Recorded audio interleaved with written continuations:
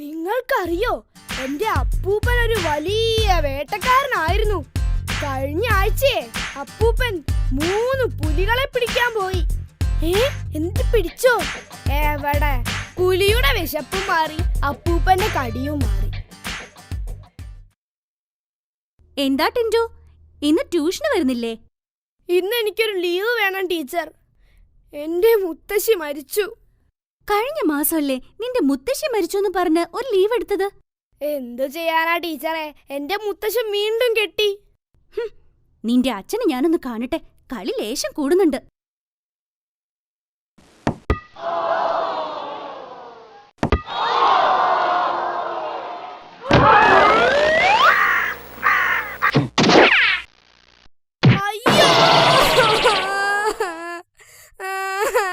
അയ്യോ ചോര! കരയണ്ട കരയണ്ട, ഞാൻ ഡോക്ടറെ അടുത്ത് കൊണ്ടുപോട്ടോ.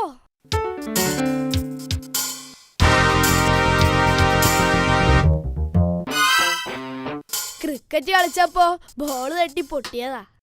വേദനയുണ്ടോ മോനെ? ഉണ്ട്. വോമിറ്റ് ചെയ്യാൻ വരുന്നുണ്ടോ? ഇല്ല, ഡോക്ടർ വേണം പോയിക്കോ. അതല്ല മോനെ, ഛർദിക്കാൻ വരുന്നുണ്ടോന്ന്.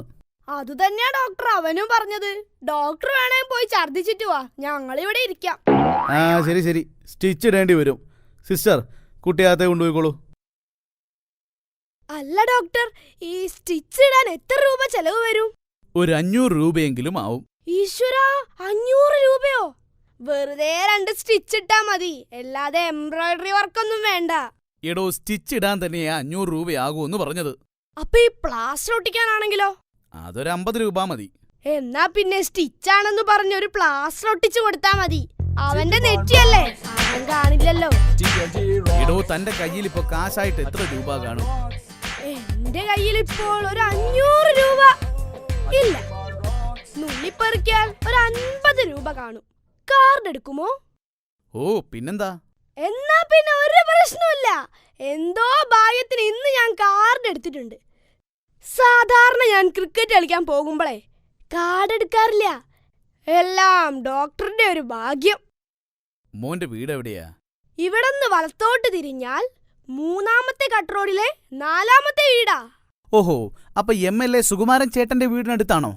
ഹേ അല്ലല്ല, സുകുമാരേട്ടൻ എന്റെ വീടിന്റെ അടുത്താ. ഇതാ, ഈ ഗുളിക 3 ദിവസം കൊടുക്കണം. കാശ് ഇവിടെ കൊടുത്താ മതി. കാശല്ല, ഞാൻ കാർഡാ കൊടുക്കുന്നത്. ആ, കാർഡെങ്കിൽ കാർഡ്.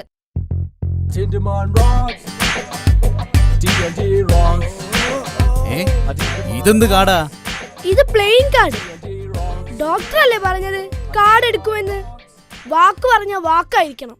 ഒന്നുമില്ലേ, നിങ്ങളൊരു ഡോക്ടറല്ലേ.